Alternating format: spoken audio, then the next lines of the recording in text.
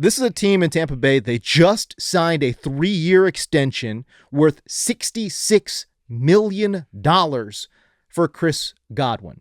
Mm-hmm. If you're signing Chris Godwin, why are you making this pick for Emeka Egbuka? Number one, let's just get this out of the way. I love the player. Look at the release. There's your separation. Great route. Stutter and go. Gets by clean. That is unbelievable. Maybe the greatest catch I've ever seen. All right, Emeka Egbuka goes 19th overall. Yeah. And he goes to Tampa Bay. Oh, my initial reaction was I was at my daughter's soccer practice watching on my phone, and I made an audible noise. I don't understand this pick for Tampa Bay, Matt. Can you make this one work for me from a mental standpoint? Because look, this is a team in Tampa Bay. They just signed a 3-year extension worth $66 million for Chris Godwin. Mm-hmm. If you're signing Chris Godwin, why are you making this pick for Emeka Egbuka? And I heard on the broadcast too, Matt, that okay, well, maybe they're not trusting where Godwin is at in his injury recovery. If you're not trusting where he's at in the injury recovery, why are you signing him to a 3-year, $66 million deal with $44 million guaranteed? One of those two things can't really add up. So when they make this pick, I didn't understand it. Yeah, because I think from a role perspective, what I'd imagine Emeka Egbuka fits best in is Chris Godwin's role. Correct.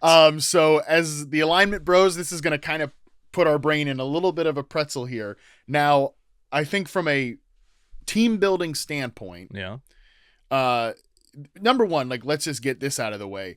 I love the player, Love the player. Love the player. He was my wide receiver 3 behind Hunter and McMillan. And I think there was a drop from him to the rest of the guys. Correct. So love the player. 19th overall pick is the perfect spot to take him. No questions with that. Obviously they go offense first instead of defense when that defense was not in a good spot. But that being said, I think they just probably looked at their board and said, hey, Egbuka is the best player that we have rated here. So we're going BPA and we'll attack defense later. And they did make some picks on day 2 on defense that I actually do like a good bit. So that's fine. And I think also the second part, so there's 3 parts, I think why this kind of makes sense for Tampa Bay. That's number 1. Okay. Number 2 is our quarterback is Baker Mayfield. Yeah. I like Baker Mayfield, but I think what we've seen. Do you though? I like. No. I have an appreciation for Baker Mayfield, the Tampa Bay Buccaneer, much more than maybe in some other spots. But I think what we've learned here, and I think the front office probably has a pretty good understanding of this as well, is that Baker works best when he's surrounded by a lot of options, a lot of good quality players. You don't want that. You don't want that wide receiver position to atrophy. You don't want it to become a weakness in a couple of years. And let's be honest, we love Mike Evans. Mike Evans is his dog, but he's 32 years old. Yeah. Chris Godwin is coming off another serious injury, and he's going to be 30 years old. Right. This is not Jamar Chase and T. Higgins in the prime of their careers. It's one of the best receiver duos in the league, but they're older. And I also don't view McMillan as a guy that, and I've said this throughout the course of the offseason, that I don't think he's a guy that's suddenly ready to step into a wide receiver 2 role. He's best as a 3. You've now ensured that he's going to stay your 3 because you take Emeka Egbuka here. And so we need to surround Mayfield with options. And then the third part of this here is if you just look at, and just follow me down the route rabbit hole here on this one. If you look at Baker Mayfield and these 2 receivers. Yeah. 2023, Dave Canales comes in, and Mike Evans has a great year with Baker Mayfield, and he runs more out routes from a percentage standpoint in reception perception than his entire career. Interesting. That is because Baker Mayfield loves to throw out routes. He loves to throw quick outs, deep out routes, even to the field. If he's on the farther hash, he'll throw those deeper out routes because he's got confidence in his arm and he anticipates those. Because of his size, he anticipates those, he sees those better than he does over the middle of the field. Interesting. Especially in that intermediate area. So Mike Evans' career high out route rate. And then if you go to 2024, Chris Godwin has the big year under Liam Cohen. because they've got him running a lot of different things, but they have him running a lot of these like quicker out routes from the slot. And if you look at Emeka Egbuka's reception perception profile from 2024, some of his best stuff, look at the route chart. Like, yes, he's a slot receiver, primarily running from the slot, 73.6% of his sampled snaps from the slot, off the line of scrimmage on 81%. But his best routes are relatively breaking outside. That's out funny. route 78.6%, flat route 82.6%. Interesting. Okay. Like the slant route's great, but it's just he's much